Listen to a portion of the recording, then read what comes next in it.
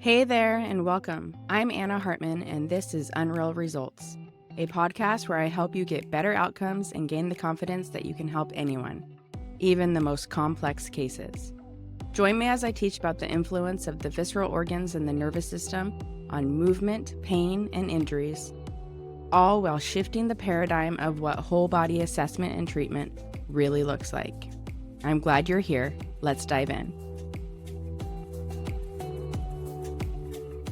Hello. Welcome back to another episode of the Unreal Results podcast. I wasn't 100% sure what I wanted to talk about this week, but as it's been on my mind, and also a question that came up in the private Facebook group for the LTAP Level 1 alumni and mentorship alumni, I was like, you know what? Let's talk about this.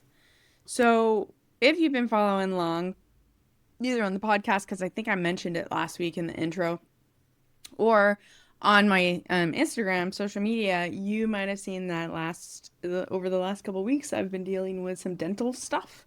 I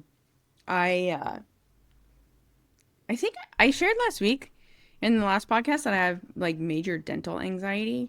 I think I definitely did on Instagram. But I never actually told the story of like why I have the dental anxiety. I actually grew up loving the dentist. Like going to the dentist as a kid was one of my favorite things. Shout out Dr. Hunter in Arcata, California. And then I was like also fine for a while. Like ironically enough, and this is going to tie back into my dental story from this last week, but when I was in grad school at what is now A.T. Still University, when I was there, it was not university status. It was still college. It was Arizona School of Health Sciences, which was a branch of Kirksville College of Osteopathic Medicine. They got university status, renamed to A.T. Still University, or ATSU.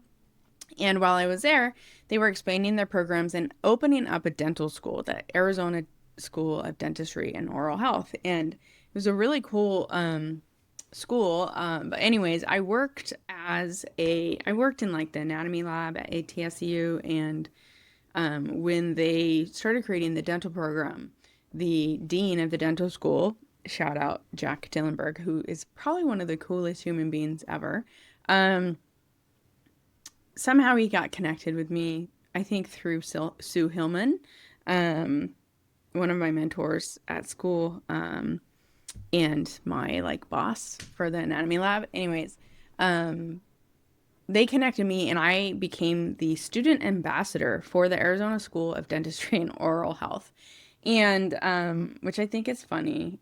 Basically what that meant is when prospective students were coming to tour and learn about the new school, I was like the tour guide, and I would tell them all about the ATSU, and I would tell them all about the other programs, and I would give them a tour of all the labs and tell them a little rundown of the dental program and how the dental program was organized. And this is early in my career, before I knew anything about osteopathy and osteopathic medicine and like visceral manipulation and neural manipulation, and Jean-Pierre Barral was like not even on my radar at that point. But I remember thinking like, wow, they're setting up this dental program really in a cool way. The way they had the learning, it was like by system, and kind of like these silos of how they would learn, and it was really like patient-centered and whole organism-centered. And I just remember learning about it and be like, wow, this is really interesting. And I love the dentist. I remember thinking like, I love the dentist, so this is perfect. So, and actually it was Jack who referred me to my dentist in Arizona, who I loved, and she has since retired, but she was great. And when I was in grad school, I saw her and my wisdom teeth had come in. I had plenty of room. They came in fine, but then I got cavities in them. And unfortunately, when you have cavities that far back in your mouth, they're too difficult to fill. So they end up just pulling your wisdom teeth. And she was like, Anna, 3 of your teeth will be easy to pull, but the 4th one's going to be difficult because your roots are curved around the bone. We're going to have to go to a surgeon for it. can't do it in the office. And she referred me to a surgeon. And I was like, okay. And then I was like, learned how much it would cost. And I was like, oh, can't do this right now. Too expensive. I graduated from grad school, moved to San Diego for a fellowship with the Olympic Training Center. And I was like, shoot, I should deal with this. Go to the dentist. And I think I just went to the dentist for a cleaning, but then mentioned to her, like, oh, yeah, I know I have cavities in my wisdom teeth and need them pulled, but I just don't have the money to go to the surgeon.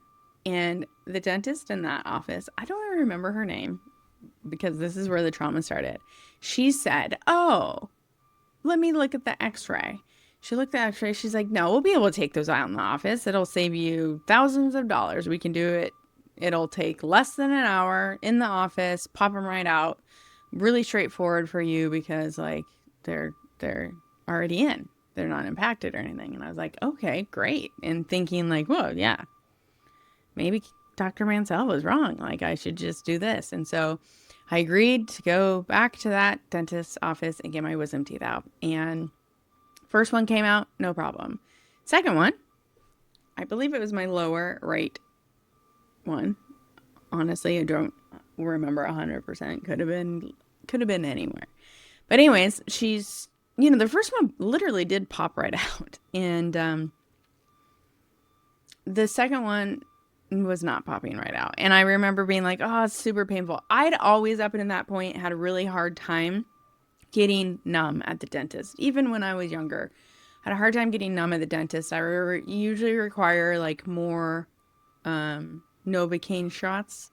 And so she was like, okay, maybe you just need more numbing. So 7 Novocaine shots later in the one area, she's like, I can't give you any more Novocaine. I'm sorry. We're just going to have to do this like old fashioned way. And like, you'll be fine. Like it'll just hurt for a second. And then so she's like pulling. And she ends up literally, and this is not an exaggeration. She lifts me out of the dental chair by my wisdom tooth. Literally pulling my wisdom tooth, trying to pull it out, and lifts me out of the chair. It is clearly not just coming out.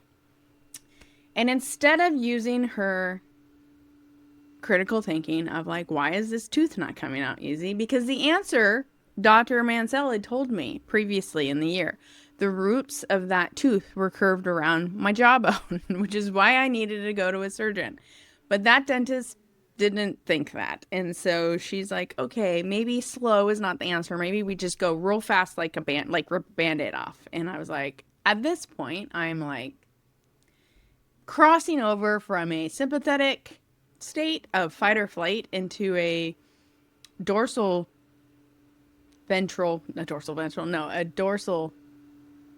sympathetic, dorsal vagal response of shutdown, freeze, dissociation mode, because I'm like in so much pain.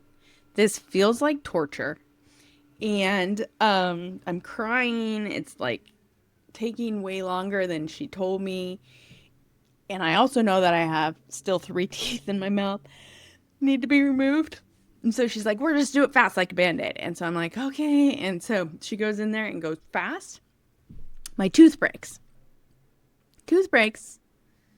Part of it comes out. She sees the curved roots and she's like, oh, that's why it didn't come out earlier or easy. Your roots were curved. And she's like, now that it broke, it will be easy to get the rest of the pieces. Let me just go down and like get it with the, tweezers.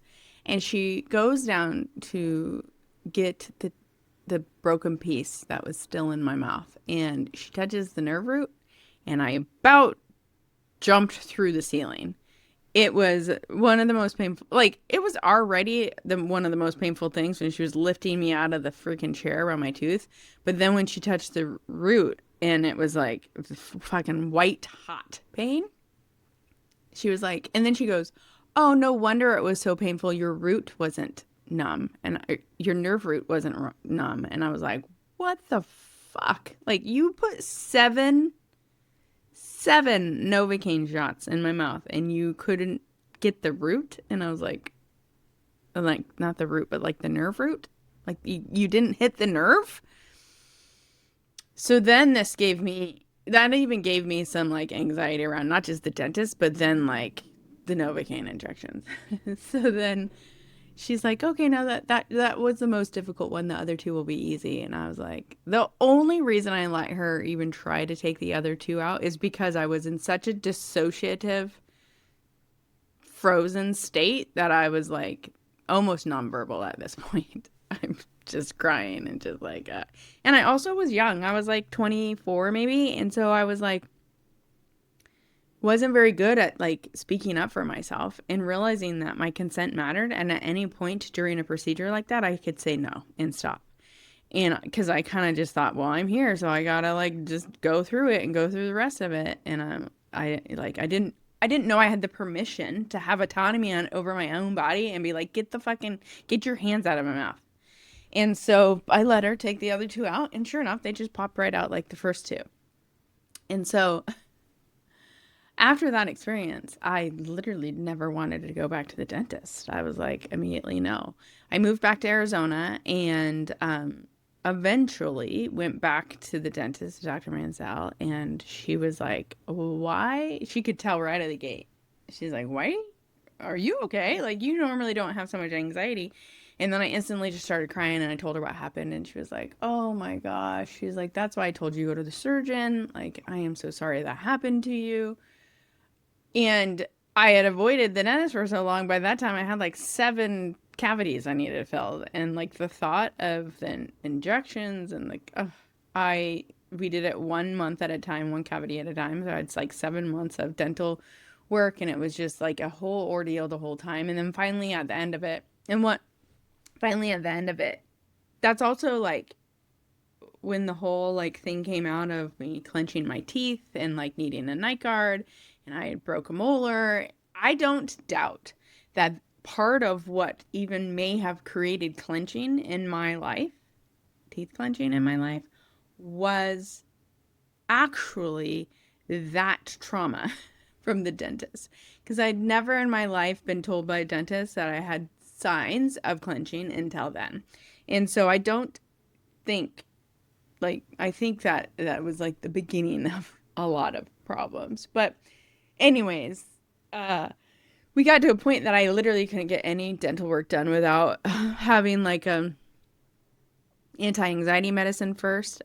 Adding the anti-anxiety medicine first was nice because then it even decreased the amount of Novocaine shots I needed, because part of the reason why I wasn't getting numb is because I had so much tension around my jaw from the anxiety and the clenching and the stress that it was hard to get the needle into the location where the nerves were to actually numb the branches of the trigeminal nerve to numb the teeth. So that's what we did for a while. And so then in 2021, I went to the dentist for a checkup, and they found that I had 4 cracked teeth. And some of them had cavities, and they didn't have cavities yet, but I had 4 cracked teeth. One of them may need a root canal, and so I was just like, I don't have the mental bandwidth to do this, and if I'm not in pain, I'm not doing any dental care. So I hadn't gone to the dentist since 2021, and 3 weeks ago, I was starting to get some significant tooth pain. And like deep, like very specific, like trigeminal nerve, like deep tooth pain, not just tooth sensitivity, because there is a difference. And I was like, uh-oh, like it's time to find a dentist. So anyways, this long story, full circle moment. I'm looking for a dentist in San Diego. I get a couple of recommendations from people. Nobody is outright like, I love my dentist. But I get this recommendation to go to Mission Hills Dental Group.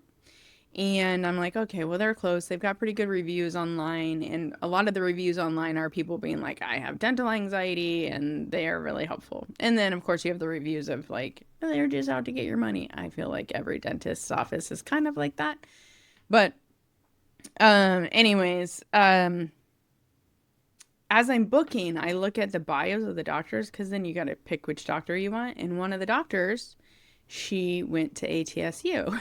And I was like, oh my gosh, I'm going to pick her because that makes me feel good. I know their dental program. I know their dental program's really good. I know, and she got like some award. And this was the full circle moment. She was the student ambassador for the dental program at ATSU, just like I was. And then also in the reviews that I was reading from people, her name was mentioned a lot as one of the dentists that people with anxiety had that really loved. And so I was like, okay, I feel confident with her. So, anyways, I went to the dentist last week, and she was like, I think we can do this without anti-anxiety. She's like, I promise, like, this is gonna go well. I'm really good at numbing people, blah blah blah. You know what? At first I was like, are you just one of those many doctors that tells us you're good at something because that's your ego and like you're not? No, she's fucking legit. Literally the best numbing job I've done. She was very good at like actually doing what I do when people have some anxiety about like pain levels and like being touched. She used very firm touch. She assured me I was safe. She assured me I had autonomy over the whole situation.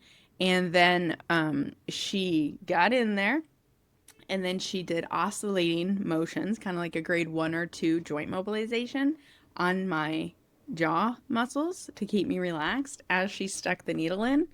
And she, first needle, first injection, she got, oh, I felt it. She got one of the palatine nerves and it went numb immediately from where she had the needle in the back of my jaw all the way to the front of my mandible. And I was like, oh yeah, you got that mandibular branch 100%. And I was like instantly deep numb. She ended up doing a second injection because she knew I had a hard time getting numb. And then I just needed like a little tiny, like third, more like superficial one, like right at that tooth. But her ability to like numb me and calm me down through that first step was like huge, huge. And yeah, anyways, this was 16 minutes of this whole dental trauma story, but I feel like I needed to share it. So you're welcome. I hope you enjoyed it. But good news is now I've been twice. The crown that needed to be replaced had a cavity under it that was giving me the pain. She thought maybe my pain was indicating I needed a root canal. It's been a week, and I had like since she fixed that, and I don't have the pain anymore. And so we're really we believe that my pain was 1 from the cavity that was underneath the crown, and then 2 because of my clenching again. And I even told her, I was like, yeah, actually, I've noticed my clenching more. So clenching's a funny thing because you don't always know that you're actually clenching at night because you're sleeping. And so, but I was actually pretty aware of it. And I think because I started to have pain and I knew I'd end up going to the dentist and that was giving me anxiety, that actually created more clenching. So I've been probably clenching more the last like probably month than I have in a while because I actually feel like I haven't worn my night guard in a long time because Taylor Lewan's dog ate it, which is funny. I was at his house years ago working on him and I was sleeping in the man cave because of I think it was like during COVID times, like I was being like quarantined. The puppy ran in, fucking ate my night guard, and they're like $700. So I never replaced it, and I never replaced it because I was like, oh, maybe I don't need it anymore. And then maybe like a year later or so, I did Dr. Perry's Tongue Mojo workshop, and I did a bunch of tongue mobility work, and actually really I felt decreased my clenching. So I do feel like the clenching came back in the last month because of the increased pain and then the anxiety I was having about going to the dentist, which is ironic. But in general, the ways that you would know that if you're clenching is one, the dentist might tell you based on what they see in your mouth. The things they could see in your mouth, cracked molars, Um, Worn down molars, because if you're grinding while you're clenching, molars, if you're grinding while you're clenching, also bone spurs along your jaw. So I do have some bone spurs along the inside of my jaw from the increased pressure. So like Wolf's Law, right? The mechanical pressure from the clenching all night, the bone, the body starts laying down more bone in response for that. Um, and then you could have TMJ pain. You could just have like real sensitive, tight masseters. But in general, one of the biggest indications that you are likely clenching at night is actually waking up with pain anywhere in your body. Waking up with pain anywhere in your body usually is associated with also clenching. And now, 20 minutes in, this is like what I actually want to talk about on the podcast is clenching, and then like the relationship of dental stuff to central nervous system tension. And so one of the main drivers of clenching is high stress and pain, or vice versa. Pain is one of those things too that is associated with high stress or a hypersympathetic state. And I'll have Joe link the podcast episodes about the nervous system, accessing the parasympathetic nervous system, and then the one just generally decoding the nervous system, because you're going to want to understand the differences between the autonomic nervous system and the central nervous system, but knowing that they are integrated. But this autonomic dysregulation and this stress stimulates an area of the brainstem called the reticular activating system. The reticular activating system is the area of your brainstem that is responsible for your arousal or derousal, right? Your sleep-wake cycles. It is responsible for setting muscle tone, right? So a lot of your brainstem is set for this. And then the area of your brainstem, basically the reticular activating system is within the reticular formation. The reticular formation is the area of your brainstem that houses a lot of the nuclei of your cranial nerves. And this area of the brainstem communicates with different areas of your brain as well, including the limbic system and the areas that are regulated by the HPA axis, or that hypothalamic pituitary axis. So this means this area of the brainstem, that reticular activating system that is regulating your sleep, your attention focus, your arousal, your muscle tone, all of this area is affected by your emotions, hence the limbic system, your general state of safety or fear, survival, right? That is associated with the limbic system, as well as the autonomic nervous system and our neuroception. And then it's also related to the HPA axis and area, and this is going to be related to a lot of the neurotransmitters and hormones in our body that are regulated by our gut, our endocrine organs, our our autonomic nervous system, in the general state of our stress, right? When we have high cortisol levels from chronic states of stress, this is going to send some messages from the hypothalamus, the pituitary, to this reticular activating system that we're under high levels of stress. And then the reticular activating system communicates with these different functions in your brain to be like, oh, we're high stress, change the respiratory rate, change the heart rate to create this, change information into the cranial nerves to regulate our body language and our awareness of what's going on, right? And so this connection between the reticular activating system and the clenching is via the trigeminal nerve. So the trigeminal nerve, one of the nucleuses, is in this area, and because of the regulation of the tone and the arousal, the one muscle that is regulated by the trigeminal nerve is the masseter. And the masseter is the main muscle that creates this clenching. And so this is why any increased stress tends to create this clenching, is because of this relationship of where the communication is coming from in the brainstem and the relationship to the nuclei of the trigeminal nerve.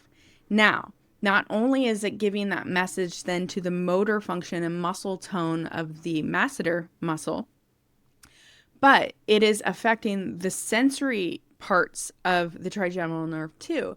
And what we know, and what I spoke a little bit about last week in the spine lecture, the spine podcast, was the role of the trigeminal nerve on the tentorium and the general tension of the central nervous system. And so what happens too is you get this increased tension of the meninges, the tentorium, the fascial container that houses our central nervous system. We have increased tension and decreased sort of like movement in that area, which adds to increasing intracranial pressure, which then may add to a reflexive like cycle of continuing to drive the messages of stress and, I don't know if the right word's disinformation, but at the reticular activating system to then continue to create this clenching. And so you have kind of a twofold effect, because when our tentorium has this tension in it, it's also being reflected in the rest of the trigeminal nerves. The rest of the trigeminal nerves, right? We can start getting like tension in the back of our head, our suboccipitals, which is going to affect our eyes, and this is going to change our attention and our like focus via our visual system.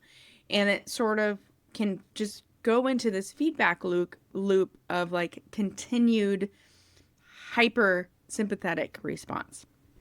So it's really interesting when you look at it from this way of what happens. And one of the things that was asked in the mentorship group, Facebook group last week, was the role of Invisalign or braces or retainers on actually creating central nervous system tension. So, and oftentimes people who have Invisalign or braces too, like sometimes they end up getting clenching along with it too. And it is like, again, like all of these relationships work together, because and this even goes back to just general dental work. I actually don't like my athletes getting dental work during the season unless it's emergency dental work for like infections, abscesses, like lost a tooth, or like trauma. Because if they're just getting dental work for aesthetics, then because of the relationship from those nerves, the palatine nerves, which are branches of the mandibular and the maxillary nerve, which are branches of the trigeminal nerve, they're going to reflexively create central nervous system tension and potentially a whole body-wide central nervous system tension pattern. This central nervous system tension pattern can increase tone in our muscles via just that tension around the area of the brainstem that's creating like the teeth clenching, and or because it kind of puts a kink in the hose of the whole nervous system. And when our nerves are not free to move and glide within the fascial containers of the central nervous system itself, or then the peripheral nerves are not able to flow and move easily from the central nervous system or within the fascial containers of the peripheral nervous system, our muscles increase tone to protect the nerves. And so often I see people get dental work and then like all of a sudden they're like, oh, my hamstring hurts. Oh, or they pull their hamstring, or they just start losing hip mobility and then their back starts hurting. And so it's like, it can be such a cascade. And so it can be bi-directional, as most things are, right? And so whether it's that you're getting dental work and that's creating CNS tension and sort of putting us at a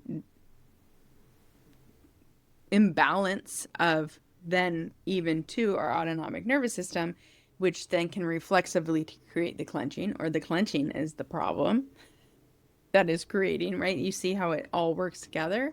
It's like, what can we do to support this? Obviously, anything we can do to support our parasympathetic nervous system, because we know our parasympathetic nervous system is what is the regulator of the resilience and balance of our autonomic nervous system, right? It's not that we actually have too much stress. It's that we're not getting enough messages of rest and safety. And then also, the other things that you can do for it, get a night guard from your dentist if you are a clencher. Because we can't have conscious control over it while we're sleeping, a night guard is great to do to protect your teeth from going down this path of like having even more problems, and to kind of break the cycle, break this stress response, like a mechanical break to the stress response, which can, like I experienced when I first got my first night guard, is make for a much more relaxed night's sleep, because it does sort of like put a mechanical break on this hypersympathetic state in a way. So it can be supported then by all the things: trigeminal nerve stimulation, glossopharyngeal nerve stimulation, hypoglossal stimulation. What does that mean? Humming, gargling, tongue mobility, jaw mobility, face stimulation, hair pulling, ear massage, all the things. Listening to nice music before you go to bed. And then it can also be affected by other stuff. Like, what is driving this like high cortisol in the first place that might be throwing off the reticular activating system? Could be gut health things. Could be other stuff going on in your life. Could just be a general tightness, reflexive tightness from the dental work, right? And it's like, if you've gotten dental work anytime in your life and then you've never even like done any manual therapy to like the muscles in the floor of your mouth, the muscles of your face, probably have some tension there that is adding to this misinformation or this imbalance. So many things, stuff to think about. It doesn't mean everyone that has Invisalign or everyone who has braces is going to have issues. Doesn't mean that everybody who clenches teeth is going to have issues. It never is that straightforward, but understanding the role that the brainstem plays in the teeth clenching, and understanding that the teeth clenching is sometimes a symptom or a product of a lot of other things going on in the body, can clue you in to some of this autonomic dysregulation. And so, right?